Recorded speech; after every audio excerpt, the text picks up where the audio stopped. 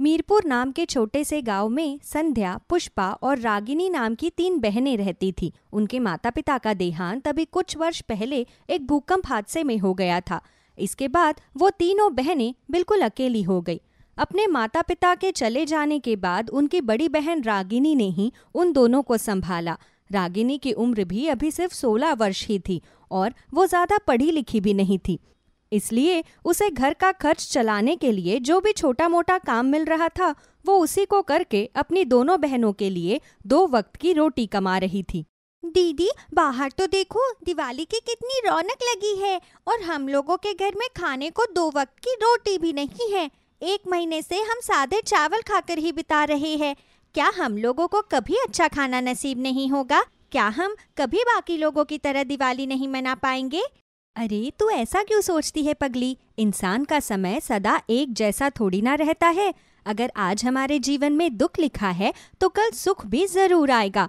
और हमें तो भगवान का शुक्र अदा करना चाहिए कि हमें खाने को ये सादे चावल ही सही, लेकिन पेट भरने के लिए खाना तो मिल रहा है। वरना कुछ लोग तो ऐसे भी है जिन्हें खाने को खाना नहीं मिलता। हमारे पास तो जो है हमें उसी में खुश रहना चाहिए।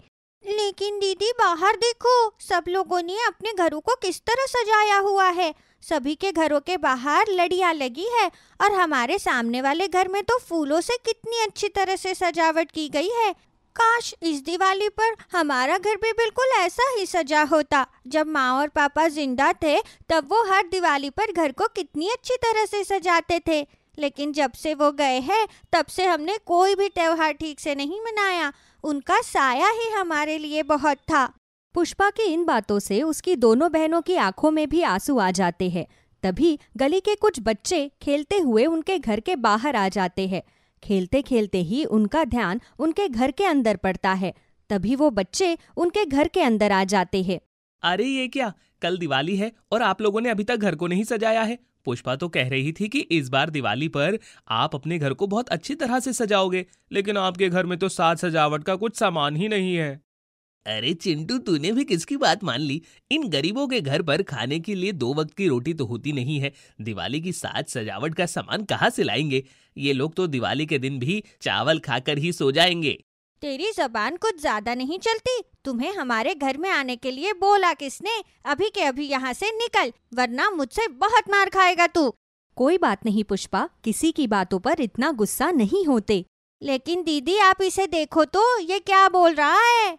पुष्पा बिल्कुल ठीक कह रही है दीदी, ये सब लोगों को इसी तरह परेशान करते हैं। जाओ तुम दोनों यहाँ से और दोबारा यहाँ पर मत आना।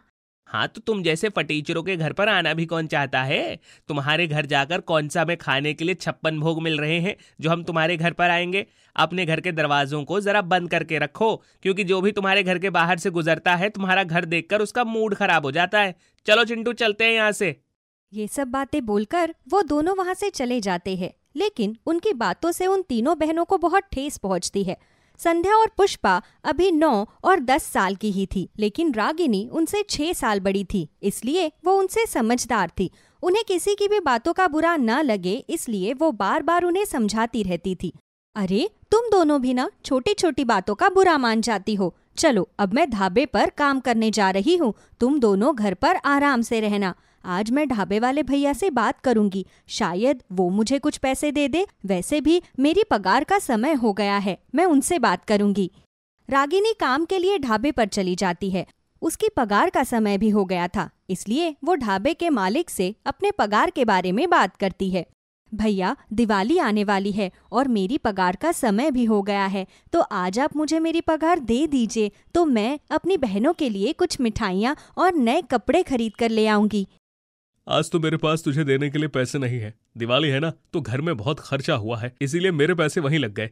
मैं तुझे अगले हफ्ते तेरी पगार दे दूंगा। लेकिन तब तक तो दिवाली निकल जाएगी भैया। आप तो जानते ही है मेरे घर में सिर्फ मैं ही एक कमाने वाली हूँ। त्योहार के समय पर अगर मेरे पास पैसे नहीं होंगे तो हम लोग त्योहार भी नहीं मना पाएंगे। अरे तो इसमें मैं क्या कर सकता हूँ? अगर तुम लोगों को त्योहार नहीं मनाना तो मत मनाओ, लेकिन मैं अभी तुमको पैसे नहीं दे सकता। पैसे चाहिए तो अगले हफ्ते आना। लेकिन भैया, अरे बोला ना एक बार कि अगले हफ्ते पैसे मिलेंगे, तो क्यों बार बार मेरा सर खा रही हो? अब जाकर अपना काम कर, और दिवाली का टाइम है तो खाने के साथ सबके लिए कुछ मीठा भी बना दे ताकि ग्राहक ज्यादा आए। रागिनी ढाबे की रसोई में जाकर हर रोज की तरह खाना बनाने लगती है। तभी थोड़ी देर बाद ढाबे पर ग्राहक आने भी शुरू हो जाते हैं। भैया जरा एक प्लेट दाल मखनी और तंदूरी रोटी लगवा दो, और खाने में कुछ मीठा हो तो साथ में वो भी लेते आना। हाँ भैया, बस अभी लगवाता हूँ। ढाबे वाला रागिनी को आवाज लगाता है और ग्राहकों को खाना परोसने के लिए कहता है। रागिनी ग्राहकों को खाना परोसती है। उसने मीठे में खाने के लिए ग्राहकों के लिए खोए से बर्फी बनाई थी, तो वो खाने के बाद ग्राहकों को बर्फी भी खाने के लिए देती है। अरे वाह, तुम्हारे यहाँ का खाना तो हमेशा ही अच्छा होता है, लेकिन ये बर्फी तो बड़ी ही स्वादिष्ट बनाई है, खाकर मजा आ गया। बस हम तो यही चाहते हैं कि जो भी ग्राहक हमारे ढाबे पर खाना खाने आए वो खुशी खुशी खाना खाकर यहाँ से जाए। वो बात तो बिल्कुल ठीक है भैया, लेकिन तुम्हारे यहाँ जो खाना बनाता है ना, वो बड़ा प्रतिभाशाली है, क्योंकि ना तो तुम्हारे खाने में कभी नमक मिर्च की कमी होती है और ना ही कभी खाने में थोड़ा सा भी नमक मिर्च का फर्क होता है। ऐसा होता है कि बिल्कुल ना आप तोल कर खाने में मसाला डाला गया हो। और उसी तरह ये बर्फी, इसमें भी बिल्कुल नपा तुला ही मीठा है, बड़ी स्वादिष्ट लग रही है ये। सभी ग्राहक खाने के साथ साथ रागिनी के हाथ के बनी बर्फी की भी खूब तारीफ करते हैं। लेकिन रागिनी अपनी तारीफ सुनकर भी खुश नहीं होती, क्योंकि उसके मन में बस यही परेशानी चल रही थी कि दिवाली आने वाली है और उसकी जेब में फूटी कौड़ी भी नहीं है। उसकी बहनें पहले ही बहुत उदास थी, अब रागिनी उनके लिए दिवाली पर कुछ लेकर नहीं जाती तो वो दोनों और ज्यादा उदास हो जाती। शाम के समय, कल दिवाली है और मुझे आज भी खाली हाथ घर जाना पड़ रहा है। मैं पुष्पा और संध्या को क्या बोलूंगी? रागिनी बहुत परेशान होकर घर पर जाती है। दीदी, आप हमारे लिए नए कपड़े और मिठाई लेकर आई हो ना?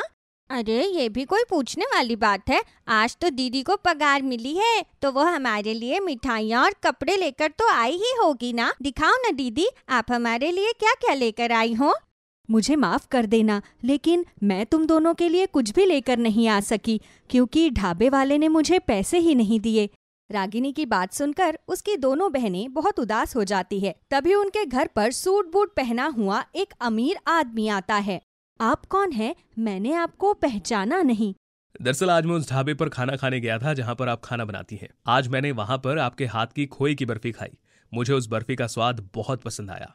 मेरी एक कंपनी है जहाँ पर लगभग 50 लोग काम करते हैं। मैं दिवाली के दिन उन्हें मिठाई देना चाहता हूँ। क्या कल आप मेरे लिए बर्फी के 50 डब्बे बनाकर तैयार कर सकती हैं? क्या 50 डिब्बे बर्फी? देखिए, बनाने को तो मैं कल तक इतनी बर्फी बना सकती हूँ, लेकिन मेरे पास बर्फी बनाने के लिए सामान नहीं है और ना ही मेरे पास इतने पैसे हैं कि मैं सामान खरीदकर बर्फी बना सकूँ। आप उसकी चिंता बिल्कुल मत कीजिए, मैं आपको सारा सामान ला कर दूंगा और आपको देने के लिए एडवांस पैसे भी लेकर आया हूँ। मैं हर डब्बा बनाने के लिए आपको 200 रुपए दूंगा। बस आप मेरे लिए बर्फी बना दीजिएगा। ठीक है, आप सारा सामान मुझे दे दीजिए, मैं कल तक आपको सारी बर्फी के डब्बे तैयार करके दे दूंगी। रागिनी बर्फी को ऑर्डर मिलने पर बहुत खुश होती है, क्योंकि उसे बर्फी बनाने के लिए एडवांस पैसे भी मिल जाते हैं। लेकिन अब उसके लिए चुनौती ये थी कि वो कल तक इतनी सारी बर्फी बनाकर कैसे तैयार करे। मुझे कल तक सारी बर्फी बनाकर तैयार करनी है और उसके लिए मुझे अभी खोया तैयार करना होगा। अगर मैंने अभी खोया बनाने के लिए चूल्हे पर दूध पकाने के लिए नहीं रखा तो दूध खराब हो जाएगा। लेकिन ये इतना सारा दूध मैं कैसे पकाऊंगी? हमारे पास तो कोई इतना बड़ा बर्तन भी नहीं है। आप चिंता मत करो दीदी, मैं शर्मिला काकी से उनकी बड़ी बड़ी कढ़ाइयाँ मांग कर लाती हूँ। काका तो हलवाई है, तो उनके पास बड़ी कढ़ाई है। आप रुकिए, मैं अभी उनके घर जाती हूँ। संध्या और पुष्पा दोनों बहनें अपनी पड़ोसन शर्मिला काकी के घर से उनकी बड़ी बड़ी कढ़ाई मांगकर लेकर आती है। उनके घर पे 2 चूल्हे थे, तो वो दोनों चूल्हों पर दूध से भरी कढ़ाई रखकर दूध को कड़छी से चलाते हुए उसका खोया बनाने लगती है। उन्हें काफी सारे दूध का खोया बनाना था, तो उन्हें वो बनाते बनाते ही सुबह हो जाती है। पूरी रात काम करके वो तीनों बहुत थक जाती है। दीदी, पूरी रात खाना बनाते बनाते तो मेरे हाथों में दर्द हो गया। मुझे बहुत नींद आ रही है। हाँ दीदी, मैं भी बहुत थक गई हूँ, मुझे भी बहुत नींद आ रही है। हाँ, तुम दोनों ने पूरी रात मेरे साथ काम किया है तो थकान तो होगी ही ना। तुम दोनों एक काम करो, अंदर जाकर सो जाओ, बाकी का काम मैं कर लूंगी। रागिनी दूध से निकले हुए खोए से स्वादिष्ट बर्फी बनाकर तैयार करती है। तभी कुछ देर बाद में वो आदमी बर्फी के डब्बे लेने के लिए वहाँ पर आ जाता है। रागिनी उसे बर्फी के डब्बे देकर अपनी बहनों के लिए नए कपड़े और कुछ खाने पीने की चीजें खरीदने के लिए चली जाती है। थोड़ी देर बाद जब वो घर वापस आती है तो देखती है कि उसकी बहनें अभी तक सो रही है, तो वो खुद ही पूरे घर की साज सजावट कर देती है। कुछ देर बाद जब उसकी बहनें उठती है तो वो घर में ऐसी साज सजावट देखकर बहुत खुश होती है। रागिनी उन्हें पहनने के लिए नए कपड़े देती है और उन्हें खूब स्वादिष्ट मिठाइयाँ भी खिलाती है। आखिरकार तीनों बहनें मिलकर अपने दिवाली के दिन को बहुत ही खुशी और धूमधाम से मनाते हैं। संध्या ने इसी साल ही अपनी बीएड की पढ़ाई पूरी की थी। वो देर रात तक जागकर गवर्नमेंट टीचर के टेस्ट की तैयारी करती थी। आज ही उसने एक प्राइवेट स्कूल को ज्वाइन किया था। स्कूल में आज उसका पहला दिन था। असेंबली ग्राउंड में सभी बच्चे उसे देखकर उस पर हंस रहे थे, क्योंकि संध्या का वजन बहुत ज़्यादा था। वो जितना चाहे अपना वजन कम करने की कोशिश करती, लेकिन इतनी कोशिशों के बावजूद भी वो अपना वजन कम नहीं कर पाती थी। इसलिए जो भी कोई उसे पहली बार देखता या उससे पहली बार मिलता तो उसके मोटे शरीर का बहुत मजाक उड़ाता। असेंबली खत्म होने के बाद संध्या क्लास में बच्चों को पढ़ाने गई तो उसे देखकर क्लास के सभी बच्चे जोर जोर से हंसने लगे। क्या हुआ बच्चों, तुम इस तरह हंस क्यों रहे हो? संध्या के ऐसा पूछने पर एक बच्चा अपना मुंह छुपाकर कहता है, क्योंकि आज से पहले हमें पढ़ाने के लिए कोई हाथी नहीं आया ना, इसलिए। ये क्या बदतमीजी है? मैम, आप हमारी स्कूल के नई टीचर हैं, तो आप हमें कौन सा सब्जेक्ट पढ़ाने आई है? मुझे लगता है ये होटल की जगह स्कूल में जॉब करने आ गई। मैम, देखने से तो आप एकदम हलवाई लगती हो, हलवाई। बच्चों, मैं तुम्हारी नई क्लास टीचर हूँ और अपनी टीचर से बात करने का भला ये कौन सा तरीका है? हम तो बस मजाक कर रहे थे मैम, आप हमारी बात का बुरा मत मानो। वैसे आप स्कूल में क्या क्या पढ़ाने आए हैं? मैं अब से तुम सबको मैथ्स पढ़ाऊंगी, तो सब बच्चे ध्यान लगाकर पढ़ाई करना। इतना बोलकर संध्या बोर्ड पर मैथ्स के क्वेश्चन सॉल्व करने लगती है। जिसके खुद के शरीर का गणित खराब है वो हमें क्या मैथ्स पढ़ाएगी? राहुल की बात सुनकर फिर से सभी बच्चे हंसने लगते हैं, लेकिन इस बार संध्या उनकी बातों पर कोई भी रिएक्ट नहीं करती। वो चुपचाप बोर्ड पर क्वेश्चन सॉल्व करती है। इस पर तो हमारी बात का कुछ असर ही नहीं हुआ, लगता है कुछ और करना पड़ेगा। क्लास के बच्चे पेपर फोल्ड करके छोटी छोटी बॉल्स बनाकर संध्या पर फेंकने लगते हैं। संध्या जैसे ही पीछे मुड़कर देखती है तो सभी बच्चे एकदम शांत होकर बैठ जाते हैं। किसने किया ये सब? मैं यहाँ पर तुम्हें इतने इम्पोर्टेंट क्वेश्चन समझा रही हूँ और तुम हो कि ये सब कर रहे हो? सच सच बताओ, किसने किया ये? संध्या के पूछने पर कोई बच्चा उसे जवाब नहीं देता। वो पूरा दिन संध्या को बहुत परेशान करते हैं। छुट्टी के बाद संध्या अपने घर जाती है तो स्कूल के कुछ बच्चे साइकिल पर अपने घर जा रहे थे। उनमें क्लास का एक लड़का राहुल भी था। वो अपने बाकी दोस्तों से कहता है, एक काम करते हैं, इस मोटी का पर्स छीन लेते हैं। ये तो हमारे पीछे भाग ही नहीं पाएगी। अपने अपने चेहरे पर रुमाल बांध लो, वरना ये हमें पहचान लेगी। वो सभी बच्चे अपने चेहरे पर रुमाल बांध लेते हैं और तेज स्पीड में साइकिल चलाते हुए संध्या का पर्स छीनकर भाग जाते हैं। संध्या अपना पर्स वापस लेने के लिए उनके पीछे दौड़ती है, लेकिन वजन ज्यादा होने की वजह से वो उनके पीछे ज्यादा तेज नहीं दौड़ पाती, जिस वजह से वो उसका मजाक उड़ाने लगते हैं। देखो तो मोटी कैसे भाग रही है, इससे तो भागा भी नहीं जा रहा। अगर ये रेस में ऐसी स्पीड से दौड़ेगी तो अकेली भागने के बाद भी सेकंड आएगी। राहुल की ये बात सुनकर उसके बाकी दोस्त हंसने लगते हैं। बहुत देर भगा लिया इस मोटी को, चलो अब इसका पर्स फेंक देते हैं। वो सभी उसका पर्स फेंककर वहां से चले जाते हैं। संध्या रोड से अपना पर्स उठाती है। इतनी देर तक दौड़ने की वजह से उसकी सांस बुरी तरह से फूल गई थी। मुझे अच्छी तरह पता है, इन स्कूल के बच्चों ने मुझे जानबूझकर परेशान करने के लिए ऐसा किया। न जाने लोगों को मुझसे क्या दिक्कत है, जहाँ भी जाती हूँ हर कोई मेरे साथ ऐसा ही व्यवहार करता है। संध्या परेशान होकर अपने घर जाती है। अगले दिन वो स्कूल में आती है तो उसके क्लास में आने से पहले ही बच्चे उसकी चेयर के सीट के नीचे बहुत सारे पापड़ रख देते हैं। अभी देखना, जब वो मोटी इस चेयर पर आकर बैठेगी तो कैसे कड़क कड़क की आवाज आएगी। वैसे अगर तू उसकी चेयर पर ये पापड़ नहीं भी रखेगा तो भी 1-2 दिन में उसकी इस चेयर से कड़क कड़क की आवाज आने ही वाली थी। वो कैसे? अबे रोज रोज वो इस चेयर पर बैठेगी तो चेयर तो टूट ही जाएगी ना। सोनू की बात से क्लास के सभी बच्चे हंसने लगते हैं। तभी संध्या क्लास में आती है।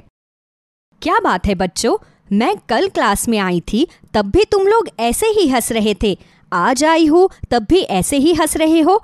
ऐसा कौन सा जोक है जो तुम्हें मेरे आते ही याद आ जाता है? मुझे भी सुना दो, मैं भी थोड़ा हंस लूंगी। जोक तो अभी शुरू हुआ ही नहीं है मैम, बाकी हम सब क्यों हंस रहे हैं वो आपको अभी थोड़ी देर में पता चल जाएगा। संध्या उनकी बातों पर ज्यादा ध्यान नहीं देती। वो आराम से अपनी चेयर पर जाकर बैठ जाती है। लेकिन वो जैसे ही चेयर पर बैठती है वैसे ही पापड़ के टूटने की वजह से बहुत जोर से कड़क कड़क की आवाज आती है, जिसे सुनकर क्लास के सभी बच्चे हंसने लगते हैं। अरे मैम, जरा ध्यान से बैठो, कहीं आपने चेयर तोड़ तो नहीं दी? हमारी बाकी टीचर्स को भी इसी चेयर पर बैठना पड़ता है। मैं अच्छी तरह जानती हूँ कि ये सब तुमने ही किया है। मुझे तो समझ नहीं आता कि तुम लोगों को ये सब करके मिलता क्या है। ये तो हद हो गई मैम, एक तो आपके बैठने से ये कुर्सी कड़क कड़क की आवाजें निकाल रही है, ऊपर से आप हम पर इल्जाम लगा रही हैं। हम पर इल्जाम लगाने से अच्छा है कि आप अपना वजन कम करो, तो आगे से कभी भी आपके बैठने की वजह से कुर्सी से ऐसी आवाज नहीं आएगी। बच्चों की ऐसी बातों से संध्या को बहुत गुस्सा आता है। वो चेयर से उठकर चेयर की सीट के नीचे देखती है तो उसे वहां पर टूटे हुए पापड़ नजर आते हैं। यहाँ पर ये पापड़ किसने रखे? क्या तुम लोगों में अपनी टीचर के लिए जरा भी रिस्पेक्ट नहीं है? मैम, अपनी गलती का इल्जाम हम सब पर मत डालो। हमें पता है कि ये पापड़ आपने ही यहाँ पर रखे ताकि आप हमारे यहाँ से जाने के बाद चेयर के नीचे से पापड़ निकाल कर खा सको। लेकिन अगर आपको पापड़ खाने ही थे तो टिफिन में ले आती ना, ऐसे चेयर के नीचे रखने की क्या जरूरत थी? अरे राहुल, तू समझा नहीं, टिफिन तो इनका पहले ही खाने से भरा हुआ होगा, पापड़ रखने के लिए जगह नहीं बची होगी, इसलिए चेयर के नीचे रख दिए। बस बहुत बोल लिया तुम सबने, अब मुझे तुम्हारी कोई आवाज नहीं आनी चाहिए। कल मैंने जो होमवर्क दिया था सब अपनी नोटबुक लेकर आओ। संध्या सबका होमवर्क चेक करने के लिए जैसे ही चेयर पर बैठती है वैसे ही उसके वजन से सचमुच चेयर टूट जाती है और संध्या सीधे जमीन पर जाकर गिरती है। उसके गिरते ही क्लासरूम में बहुत तेज धमाके की आवाज आती है।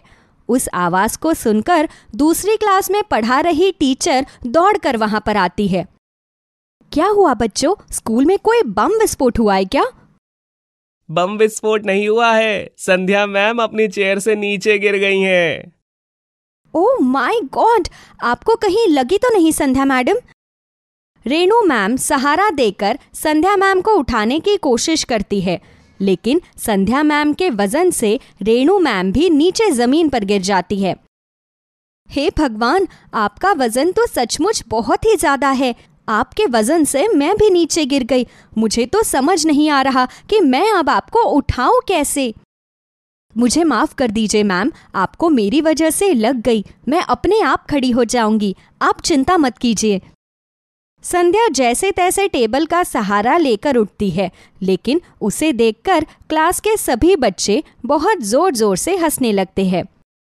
हमने कहा था ना मैम कि आपके बैठने की वजह से चेयर टूट गई है, आपने हमारी बात ही नहीं मानी। पहले ही मान लेती तो इस तरह चेयर से नहीं गिरती आप। आज से पहले भी लोगों ने संध्या के मोटापे का बहुत मजाक उड़ाया था, लेकिन आज पहली बार उसके बैठने की वजह से कोई चेयर टूटी थी। जब इस वजह से सभी उस पर हंसने लगे तो उसे बहुत ही बुरा लगा। कुछ दिन बाद स्कूल में टीचर्स डे सेलिब्रेशन आया, जिसमें सभी टीचर्स की रेस थी। संध्या मैम, आप रेस में भाग तो पाएंगी ना? कहीं ऐसा ना हो कि रेस में भागते भागते आप ग्राउंड में ही गिर जाओ। ऐसा हुआ तो सबके सामने आपकी बहुत इंसल्ट होगी। अब जो होना है वो तो होगा ही, लेकिन रेस में पार्टिसिपेट करना तो इन्हें पड़ेगा ही, क्योंकि वो सभी टीचर्स के लिए कंपलसरी है। लेकिन कोई बात नहीं, आप चाहो तो थोड़ा धीरे धीरे भाग सकती हो, इससे आप गिरोगी नहीं। वरना अगर तेज दौड़ोगी तो ये तो पक्का है कि आप गिर ही जाओगी। बच्चे तो बच्चे, अब तो स्कूल की टीचर्स भी संध्या के मोटापे का मजाक उड़ाने लगी थी। स्कूल में सभी टीचर्स के बीच में रेस स्टार्ट हो गई। संध्या भी सबके साथ दौड़ने लगी, लेकिन दौड़ते हुए अचानक उसकी सांस फूल गई और वो बेहोश होकर वहीं पर गिर पड़ी। स्कूल वालों ने जल्दी से एम्बुलेंस को कॉल किया। वो जल्दी से उसे अस्पताल लेकर गए। कुछ देर बाद संध्या की आंख खुली। मैं हॉस्पिटल में कैसे आई? तुम स्कूल में रेस के दौरान बेहोश हो गई थी, इसीलिए स्कूल वाले तुम्हें हॉस्पिटल लेकर आए हैं। तुम्हारा वजन बहुत ज्यादा बढ़ गया है संध्या, इसीलिए तुम्हें ये सब प्रॉब्लम हो रही है। तुम्हें जल्द से जल्द अपने वजन को कम करना होगा। मैं जानती हूँ डॉक्टर, मैं अपना वजन कम करने की बहुत कोशिश करती हूँ, लेकिन कोई भी चीज मेरी बॉडी पर कुछ असर ही नहीं करती। अगर ऐसी बात है तो हमें तुम्हारे सारे टेस्ट करने होंगे। उसके बाद ही हमें पता चलेगा कि आखिर तुम्हारा वजन इतना क्यों बढ़ा हुआ है। डॉक्टर संध्या के सारे टेस्ट करते हैं तो उन्हें पता चलता है कि संध्या को थायराइड है, जिस वजह से उसका वजन इस तरह से बढ़ता ही जा रहा है। संध्या, तुम्हारी टेस्ट की रिपोर्ट आ गई है। तुम्हें थायराइड है, इसीलिए हम तुम्हें थायराइड की दवाई देंगे। तुम दवाइयों के साथ साथ अपनी डाइट और एक्सरसाइज का ध्यान रखना, तो कुछ समय में तुम्हारा वजन कंट्रोल में आ जाएगा। ठीक है डॉक्टर। डॉक्टर के कहने पर संध्या दवाइयों के साथ साथ अपनी डाइट और एक्सरसाइज पर पूरा ध्यान देती है, जिसके बाद कुछ महीनों में ही उसका वजन कंट्रोल में आने लगता है। लगभग 1 साल के अंदर अंदर वो बिल्कुल ठीक हो जाती है और संध्या सभी को ये समझाती है कि हमें कभी भी किसी की शारीरिक परेशानियों के लिए उसे चिढ़ाना नहीं चाहिए, क्योंकि किसी के शरीर में कोई भी परेशानी हो सकती है। इसलिए हमें कभी भी ऐसे किसी का मजाक नहीं उड़ाना चाहिए।